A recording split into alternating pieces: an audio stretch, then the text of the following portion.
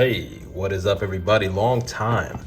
Been meaning to do this video for you, but I've been waiting for this thing to come in. It's the Google Pixel 6 Pro, and I pre-ordered this on the second day of pre-orders. It was shipped on November 5th, but FedEx being FedEx, this was 5 days late.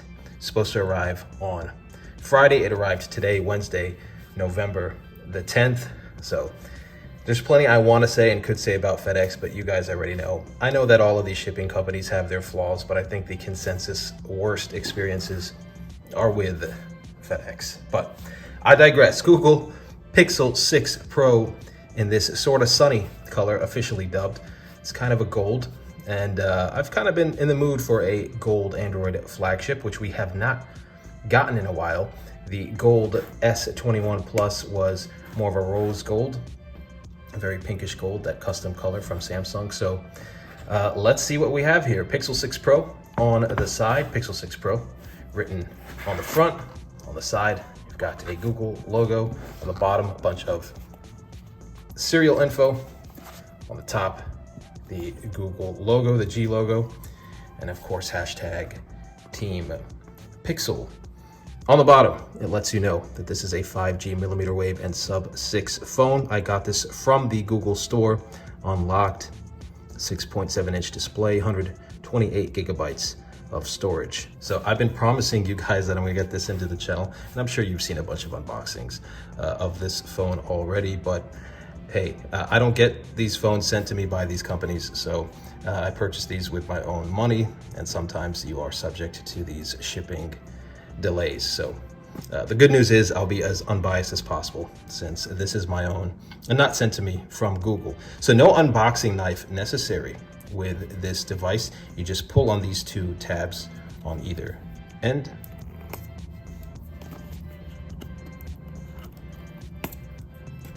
And let's see what we've got here.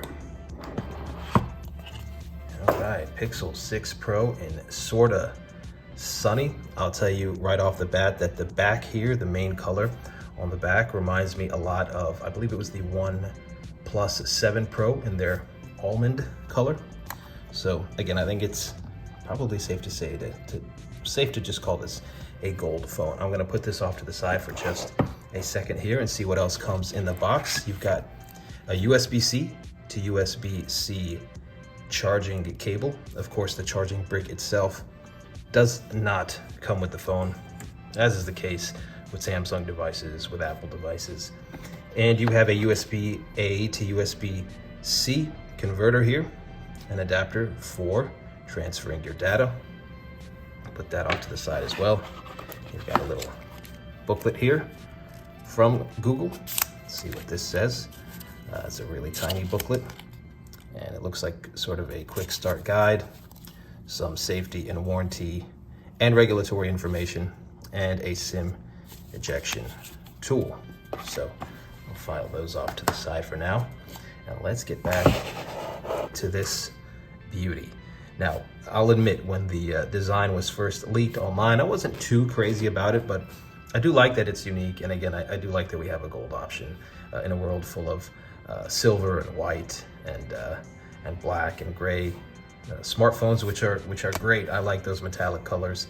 I've got the Phantom Silver S21 Ultra here, but you know, it was time for this offering here from an Android OEM.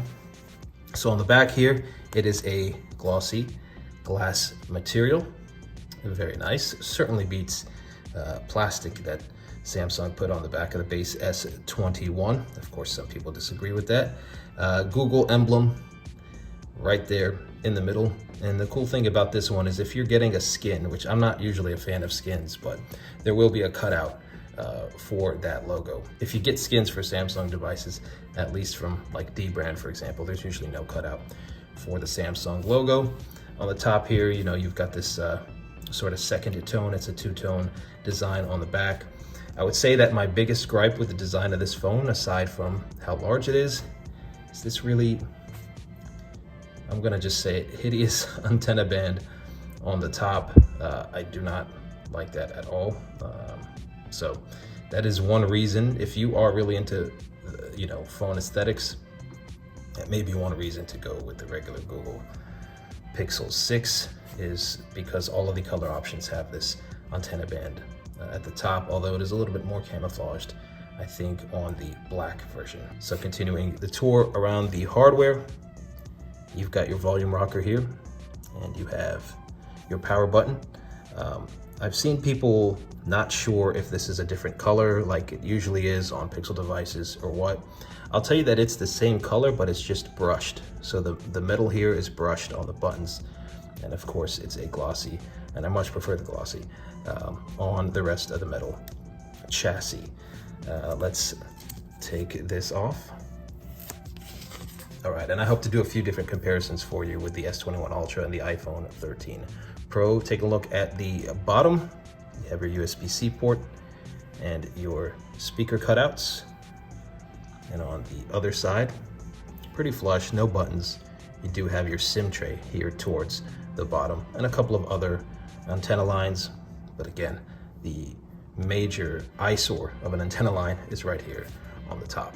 All right, so let me put my SIM card in here and let's boot it up. All right, got our SIM in there. Let's see how much battery power, if any, it has in here. All right, that was a nice, strong vibration from this phone. It seems like it has a quite a good vibration motor. Right off the bat, I noticed that the bottom bezel is a little bit thicker than the one on the S21 Plus, as you can see here. Don't mind my very random, eclectic Spotify playlist here. Actually, the bezels all around are slightly thicker, but it looks fine. It looks really good. It's just an observation, not a complaint. Welcome to your Pixel. Let's stick with US English. You see here the accent color already matches the Sorta Sunny and sorta goldish color of the phone. Let us see what we have here. Assistive options, vision settings, set up with your voice. I already love how smooth these animations are, I can already tell. So let's go with get started. Activating network, and as you see, good amount of battery power there. While this is getting set up, I noticed so many people call this stock Android and the stock Android experience. The Google Pixel is not stock Android. Stock Android is what you'll find maybe, or at least close to stock Android, in a OnePlus device, in a Sony device, a Nokia device, etc. But there are a lot of extras that come with your Pixel. If I was a phone manufacturer and I wanted to use Android as my operating system, the Android that I get out of the box is not going to be what you get with a Pixel. Aside from some extra features, you also get very different animations, just a different experience altogether. Yes, it's very similar to stock Android, but it's more of, I guess I'd call it Google's first-hand Android. Not necessarily stock, because it does more and is more than just stock Android. All right, we are at the getting account info phase here. I'm gonna allow my location, but not scanning and not the usage and diagnostic data. Really nice animations. Check out this micro bounce here when you get to the bottom of the page. I don't know, I appreciate those tiny nuances. All right, time to set up my fingerprint. Of course, that's the only biometric unlocking option we have with this device for now. Let me go to start here.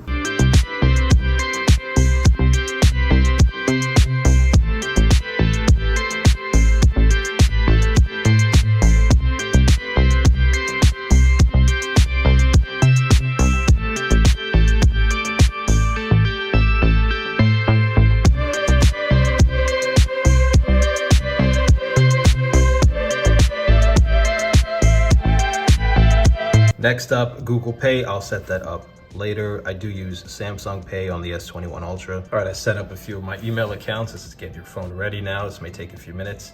I believe we are near the end of our setup process. I think most of us by now know how to swipe to navigate our phone. If not, you might want to use this demo. Swipe to go home.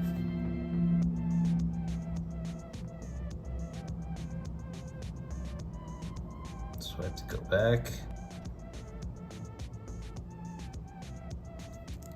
All right, there we go. And we are in the all-new Google Pixel 6 Pro. Looking forward to using this phone. Like I said, the first-hand premium Android experience, not necessarily stock Android, because your stock Android experience will definitely vary from the Pixel experience. The fit and finish, fine touches, animations, some features, etc., are added to these Pixel devices that make it different, more unique, a more premium experience than regular stock Android. Finishing setting up right now. See, it's completing the setup, and right away I noticed such awesome smooth animations. This is a really nice display. Can't wait to dive in and test it out a little bit. Let's go into settings here. So I swiped down. I think I'm going to edit how this looks a little bit. Out of the box here, we've got 67% battery. We have 114 gigabytes free of the 128. That's pretty good. So it only used 14 gigabytes out of the box. Again, this is the unlocked version that comes straight from Google. Let's go into display here, and as you see, we've got dark theme on by default, which is great. I absolutely prefer that. You can of course change your font size here, display size. Smooth display is on automatically. It'll automatically refresh the rate from 60 up to 120 hertz for some content. Of course, that increases battery usage, but I tell you what, it's a night and day different. You turn that off, you've got a 60 hertz display, and it's welcome to 2018. Although that was before COVID, so maybe that's not such a bad thing. I'll change screen timeout here to 1 minute. That's how I prefer it on all my phones. Let's go back, maybe check out wallpaper and style. Of course, one of the really cool things about Material U in Android 12 is the customization. It'll pull colors from your wallpaper and automatically populate your accent color, but allow you to pick some customizations from it as well. I'll mess with that a little bit later, but yeah, you just change your wallpaper from here and it will pick colors from that. Bouncing around the UI a little bit, if you go to About Phone, it's gonna have your email address, your phone number, IMEI, so I'm not going to go into there. If you go to security, you've got your options there, including a PIN, biometrics, etc. Find my device. If I go to sound and vibration, again, so far I'm pretty happy with and impressed by the haptics. I'll turn some of this off here. I don't think I need a vibration on notification. Definitely want that touch feedback up there. And of course you can change your ringtone, etc. from this menu option. Don't need dial pad tones. Let's see, touch sounds, don't need that as well. I'll look at the other stuff later. And that's about it, guys. Just a quick tour around the hardware. Showed you what some of the software looked like. The phone is setting up right now. Nice device, probably a little bit polarizing design-wise. I do wish they did a few things different. I would have preferred maybe a flat screen and a flat back, and definitely no antenna line here.